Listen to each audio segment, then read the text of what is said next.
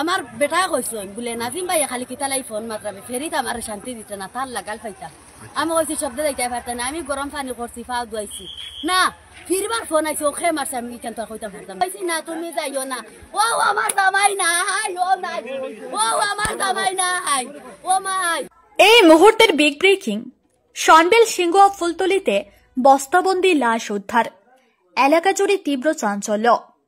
শনবিল সিংগুয়া ফুলতলি এলাকায় আজ সকালেই উদ্ধার হয়েছে একটি ক্ষতবিক্ষত বস্তাবন্দি দেহ। নিহত ব্যক্তির পরিচয় মিলেছে শনবিল আনন্দপুর জিপির চিনালাল গ্রামের বাসিন্দা স্বর্গীয় ইসরাফ আলীর পুত্র বছর 35-এর শরীফ উদ্দিন। হৃদয় বিদারক এই ঘটনায় এলাকা জুড়ে নেমে এসেছে শোক ও ক্ষোভের ছায়া। পরিবারের অভিযোগ অনুযায়ী গতকাল রাত অনুমানিক 9:30 নাগাদ একজন প্রতিবেশীর ফোন পেয়ে ঘর থেকে বের হন পেশায় লেপতুষক ফেরিওয়ালা শরীফ উদ্দিন।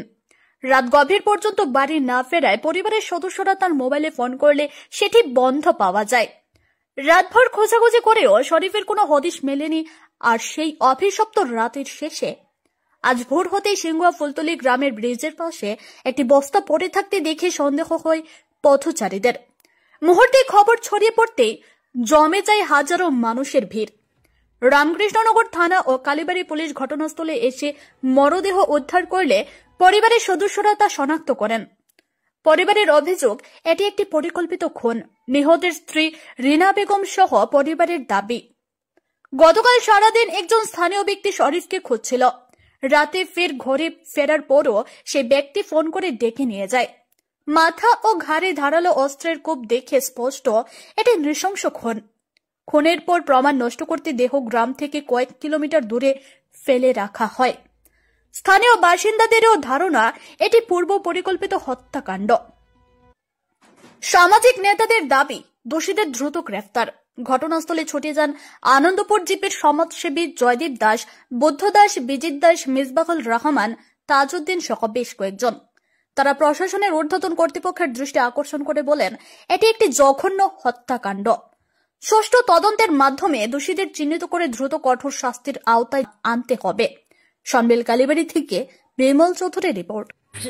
তানকিতা করুন লেবার কাম করুন আমার রাইতে গেল কইছে রাইতে 7টা মানে মামাই খানো খোটা বাদের সময় তাইলেন ফেরিটা খাইছে আইয়ালে কইছে যে নাজিম ভাই বে কিতা লাগে খাই দিনতাই খালি ফোন মাত্র 100 টান লাগাল খাইতাম। এর বাদে তো আমি কইছি টুটেলে যাইবা না ওটা করে নিয়ে মাইছে মারই তুমি শব্দ যাইবা না। কে কইছে ডাকছে আইয়া? আমার বেটা কইছো বলে নাজিম ভাই খালি কিতালাই ফোন মাত্রাবে ফেরিত আমার শান্তি দিতে না তার লাগাল ফাইতা আমি কইছি শব্দ দিতে পারতাম না আমি গরম পানি করছি পা ধুইছি না ফিরবার ফোন আইছে ওখে মারছে আমি কেন তো কইতাম পারতাম না। কইছে না আমি ও 5 মিনিটের লগে ইয়ার আমি কইছি না ওলা আমি আতো ধরে লাইছি কইছি না তুমি যাইও না ও আমার জামাই নাই ও নাই ও আমার জামাই নাই ও মাই ও মাই ও মামাই মামাই তুমি জানো সারান দেখছ বেটা কানো রে কয়জন আসলা কয়জন ফোন করিয়া খেয়ে নিছে? নাজিম কোন জায়গাত বাড়ি?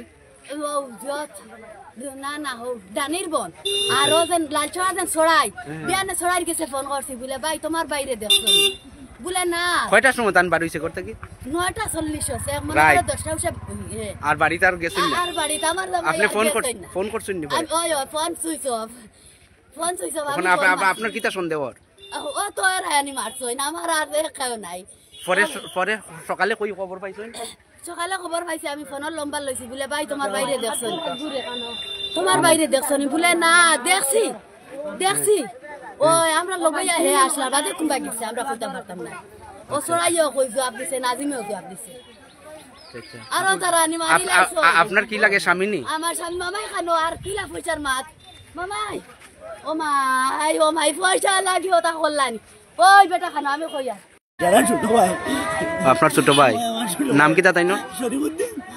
এই ঘটনা কিভাবে কি হয়েছে কতটুকু জানো? কালকে কোন সময় ঘর থেকে বার হইছে?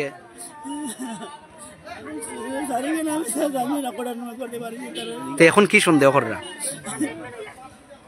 তাই নাম কি তা? আর বাবার নাম? বাড়ি? আজকে কি অবস্থায় পাইছেন ওখানে?